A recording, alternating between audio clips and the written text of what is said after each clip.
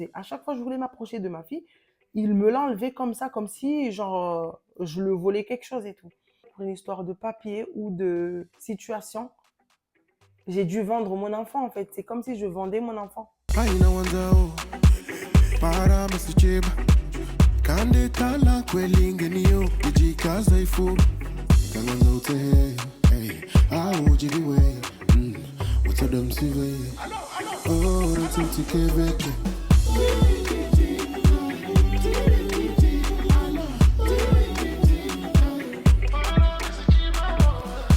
Hey la famille, ça va ou quoi? J'espère que vous allez bien. Moi, ça va, je vais super bien.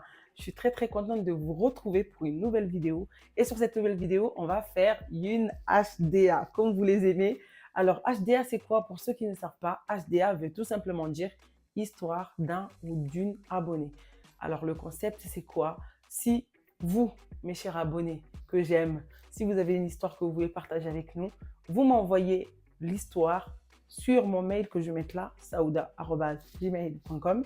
Et moi, je vais venir raconter votre histoire. Vous allez vous libérer, quoi, parce qu'il y a plein de gens qui ont vécu des trucs horribles, mais ils n'osent pas parler. Si vous avez quelque chose qui est sur votre cœur, qui vous pèse et que vous n'osez pas parler, envoyez-moi votre histoire. Je viendrai la raconter ici. Ça peut vous libérer et on peut peut-être vous aider sur quelque chose. Avant de commencer la vidéo, achetez-moi sur Instagram, sur Snap, sur TikTok, sur Facebook, partout, c'est Miss-Chiba. On se follow, on se donne la force, c'est très important. Si vous n'êtes pas encore abonné à ma chaîne, les gars, qu'est-ce que vous attendez? Je suis de retour. Abonnez-vous, activez la cloche de notification. Comme ça, chaque fois que je mettrai des nouvelles vidéos, vous serez prévenus. Sur ce, on ne va pas perdre du temps. On va commencer la vidéo. Let's do it. Yes. Alors, sans plus perdre de temps, on va commencer l'histoire. Bonjour Miss Chiba, j'espère que tu vas bien. Moi, ça va. Alors, j'ai vu que tu racontais les histoires de tes abonnés. Moi, j'ai une histoire à partager avec vous et ça peut être une leçon pour d'autres Comoriennes comme moi. Écoutez très bien parce que là, on a des choses à apprendre. Genre, on doit apprendre des leçons sur cette histoire. Je suis née au Comores, à la Grande Comore, en Ngazidja. Je suis partie à Mayotte parce que ma mère était à Mayotte et elle vivait là-bas. Du coup, moi, je suis partie à Mayotte pour l'école. J'avais 12 ou 13 ans. Arrivée à Mayotte, j'ai rejoint ma mère et on vivait dans une galère, mais pas possible. Moi, je pensais que j'arrivais à Mayotte, j'allais être scolarisée et continuer mes cours, mais ce n'était pas le cas parce que je retrouve ma mère dans une situation pas possible. J'oserais pas dire les mots exacts, mais ma mère faisait n'importe quoi pour s'en sortir, pour trouver à manger et tout. C'est compliqué. À l'âge de 13 ans, il y a un homme qui me disait que j'étais belle et qui commençait à me draguer. J'étais encore toute petite. Le mec, il était plus âgé que moi, mais il venait, il me faisait des avances, il me prenait, il m'amenait chez lui, il me donnait à manger. Et du coup, je me suis attachée à cet homme. Des fois, je lui demandais s'il a besoin que je fasse le ménage pour lui, que je fasse à manger pour lui, pour qu'il m'aide un peu, pour qu'il me donne un peu d'argent et que j'aille aider ma mère. Jusqu'à là, on voit une jeune fille qui essaye de s'en sortir avec la galère qu'elle vit.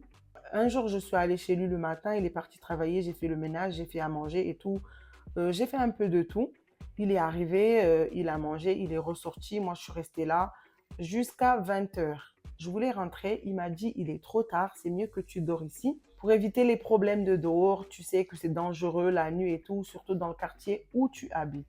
Je l'ai écouté et je me suis dit que je vais dormir là jusqu'au matin. Il y avait sa chambre, il y avait une deuxième chambre. Il m'a montré la chambre et je suis partie m'allonger.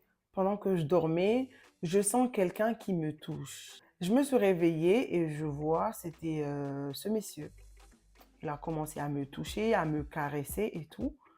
Et après, je lui ai demandé, qu'est-ce que tu fais? Il a commencé à me dire, je t'aime, tu sais, c'est pour ça que je t'ai dit de rester. Je voulais passer du temps avec toi. Tu sais que je t'apprécie beaucoup, je suis amoureux de toi et tout. Mais je veux qu'on garde cette relation secrète pour l'instant parce que tu es trop petite et j'ai pas envie qu'on parle de moi. Mais je t'aime bien, je veux avoir une relation avec toi. J'étais tellement naïve que j'ai accepté. Je l'ai laissé faire, il a fait ce qu'il a voulu faire. Et après, je me suis endormie jusqu'au matin. Je me suis réveillée, je suis allée chez ma mère. J'étais vraiment très contente parce qu'en fait, je me dis que c'est un homme bien, qui veut mon bien et qui m'aime vraiment, qui veut être avec moi. Du coup, je suis partie chez ma mère et je suis revenue. Et depuis ce jour-là, à chaque fois, je disais à ma mère que je dormais chez une copine. et je dormais chez cet homme-là. Donc pendant 2 mois, j'étais chez lui. Un jour, je me suis réveillée, j'allais chez ma mère et en rentrant, j'ai commencé à vomir et tout. Alors que je n'avais pas vu mes règles. Je ne savais rien du tout et je suis partie le voir. Je lui ai dit que je ne vois pas mes règles depuis un mois et depuis ce matin, je fais que vomir et tout. Le mec, il est parti à la pharmacie, il m'a dit, je vais te chercher un médicament. Moi, je ne savais rien du tout. Il est parti, il m'a amené le test de grossesse et j'ai fait le test et j'étais enceinte. Quand le mec, il a vu que le test, il était positif, il a commencé à me crier. Il m'a dit de prendre mes clics et mes claques et de quitter sa maison. Il m'a carrément chassé de chez lui. Il m'a dit de partir, de jamais parler de lui, de jamais dire que cette grossesse est de lui et tout. Et moi, à cet âge, je ne savais plus quoi faire. Mais je savais quelque chose. Au fond de moi, je savais que je ne voulais pas enlever cette grossesse. Je voulais garder cet enfant. Je ne sais pas pourquoi, mais je me suis dit que c'est une sorte d'assurance. Peut-être grâce à cet enfant, je vais avoir des papiers et tout ça. Je suis allée chez ma mère. Je suis restée quelques jours. Après, mon ventre commençait à se voir. Je suis partie de la maison. J'ai vécu des moments très, très, très difficiles. Je dormais dehors, dans des plages. J'allais dans des marchés. Je volais pour manger. Des fois, je passais dans un endroit où ils vendaient des fruits. Je volais des pommes, des fruits. Des fois, j'allais dans des plages. Je trouvais des gens en train de faire un barbecue. Je mettais ma main. Je volais pour manger. Je me cherchais en fait. Mais je ne suis pas retournée chez moi. Je n'ai pas parlé de ma grossesse à ma mère et tout ça. Un jour, pendant que je suis en train de marcher comme ça, j'ai croisé une copine. Elle m'a dit, ah, ça va, tu vas bien, ça fait longtemps et tout. Après, elle m'a dit, mais qu'est-ce qui t'arrive? Tu as l'air triste et tout. Viens, on va sortir, on va en boîte. Ça va t'aider à déstresser un peu et ça va te faire du bien. Et moi, je me suis regardée, je me dis, mais j'ai pas d'habits et tout. Et du coup, ma copine, elle m'a dit de la suivre. Elle m'a ramenée chez elle, elle m'a donné des habits et tout. J'ai porté et on est parti à la soirée. On est en train de danser et tout. Il y a un monsieur, c'est un blanc, qui est venu me parler. Tout doucement, je sais pas, il a vu que j'étais enceinte ou pas. En tout cas, je pense que oui. Il est venu, il m'a parlé, ça va, tu vas bien, t'es trop belle, il a commencé à me dragouiller un petit peu et tout. Il était très, très, très gentil avec moi. Moi qui n'avais rien du tout, qui n'avait pas de repère, qui n'avait même pas un endroit où dormir, cet homme m'a dit, viens, je vais m'occuper de toi, je te prends en charge, j'ai du travail chez moi et tout. C'est comme ça qu'il m'a abordé. Il m'a dit, si tu veux, viens chez moi. Un mec, il te voit, il te dit, viens et toi, tu y vas en fait. Je suis pas en train de te juger, mais genre, c'est bizarre un peu. Tu n'as pas vu ce qui s'est passé avec l'autre? Comme rien comme toi? Bref. J'avais rien à perdre en ce moment-là. J'avais juste envie de survivre avec ma grossesse. J'ai suivi le monsieur. Après la soirée, il m'a ramené chez lui. Je me suis réveillée le matin. J'ai demandé s'il y avait quelque chose à faire. Encore une fois, je faisais le ménage, je faisais à manger et tout et tout. Il a commencé à me demander c'est qui le père de ton enfant et tout. Après, moi, je lui disais, je t'ai dit que je suis tombée enceinte par accident et tout. Le mec, directement, il lui a proposé de déclarer l'enfant, de faire sa vie avec lui, genre qu'elle fasse sa vie avec lui et qu'il déclare son enfant comme si c'était le sien. Genre, directement, il s'est déclaré directement. Mais genre, c'est un peu, je sais pas moi, c'est un peu chelou. J'ai pas vu ça d'un mauvais œil en fait. Genre, je me suis dit, c'est une bonne chose, c'est une bonne personne, il veut m'aider et tout. Puisque j'avais pas de situation, je me suis dit, si il déclare l'enfant, peut-être ma vie va changer et tout. Il m'a promis tellement de choses, qu'il va m'épouser, qu'il va m'amener en France, qu'il va changer ma vie et tout. Et tout ce qu'il me disait, en fait, je buvais ses paroles comme ça, je croyais mes forts. Je suis restée avec lui, j'ai accouché. Quand j'ai accouché, il a déclaré l'enfant et tout. Et il a fait tous les démarches pour que je vienne en France avec lui. Arrivé en France avec le monsieur, moi je pensais que j'allais être dans un endroit comme Paris ou Marseille où je connais des Comoriens, où j'ai de la famille. Le monsieur, il m'a ramené dans un village, je ne sais pas où. Il m'a mis dans une maison. Il y avait des portails et tout. J'étais comme si j'étais en prison. Je sortais pas, je voyais personne. Je suis arrivée en France, mais en fait, j'ai pas vu ma famille. J'avais aucun contact avec ma famille. c'était un enfer. Il s'occupait que de l'enfant, c'est-à-dire il voulait même pas que je touche mon propre enfant. Des fois, il l'amenait sortir, mais moi, j'avais pas le droit. Je restais à la maison. En fait, j'avais l'impression qu'en fait, il a fait ça pour avoir cet enfant, alors qu'en fait, l'enfant n'est pas de lui. Même quand j'ai envie de m'occuper de ma fille, en fait, il me laissait pas. Je sais pas, c'était quoi son vice, mais c'était comme ça. J'ai l'impression que je vivais pas avec ma fille, parce qu'en fait, il me laissait même pas m'en occuper, même changer les couches et tout. Non, il faisait tout pour ma fille. J'ai pas vécu la vie de nouvelle maman parce qu'en fait, il me prenait ma fille à chaque fois. Même quand j'ai envie de la bercer, il la prenait.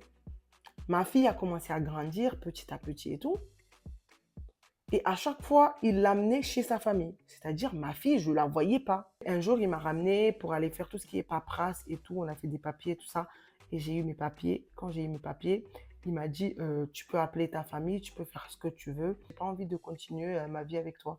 Sauf qu'en fait, il m'a pris ma fille. Mais c'est une dinguerie.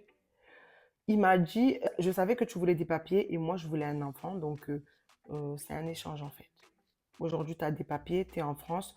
Tu peux maintenant faire ce que tu veux, construire ta vie avec qui tu veux. Mais moi, je prends mon enfant. Pour finir l'histoire, aujourd'hui, ma fille, elle a 22 ans. On se voit des fois, mais en fait, il n'y a pas cette affection de mère-enfant. Ma fille ne m'aime pas. J'arrive pas à lui faire comprendre tout ce qui s'est passé et tout. Je regrette tout ce que j'ai fait en fait. Je me suis dit que pour une histoire de papier ou de situation, j'ai vendu mon enfant en quelque sorte. Pour toutes mes sœurs qui sont à Mayotte ou qui arrivent en France et qui n'ont pas de situation, faites attention à qui vous confiez la déclaration de votre enfant parce que ces gens-là sont pas forcément ce que vous pensez. Pas parce qu'il dit qu'il veut déclarer ton enfant qu'il veut t'aider. Des fois, c'est pour vous enlever votre enfant. Aujourd'hui, j'ai échangé mon enfant pour des papiers et je ne suis pas fière. Soyez vigilants. Je ne sais pas quoi dire en fait. C'est une histoire très triste. En gros, la leçon à prendre, c'est quoi? C'est que faites attention parce qu'on peut se trouver dans une situation comme ça. On n'a pas de papier, on a des galères et tout. Et on peut tout faire en fait. Donc, avant de laisser quelqu'un déclarer votre enfant, parlez très bien. Faites-lui comprendre qu'en fait, c'est pas ton enfant. C'est mon enfant à moi. Sur ce, on arrive à la fin de cette vidéo. J'espère qu'elle va vous plaire. N'hésitez pas à lâcher des gros pouces bleus. Laissez des commentaires. Dites-moi ce que vous en pensez de cette histoire. Et faites attention à vous, comme notre sœur nous l'a dit.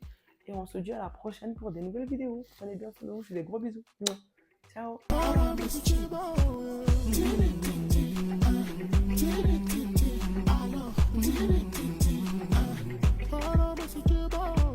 Ikado de casa, eu amo a sula. Ikado de jazz, mana de classe. Mana zimema, sula, yeah, yeah, yeah.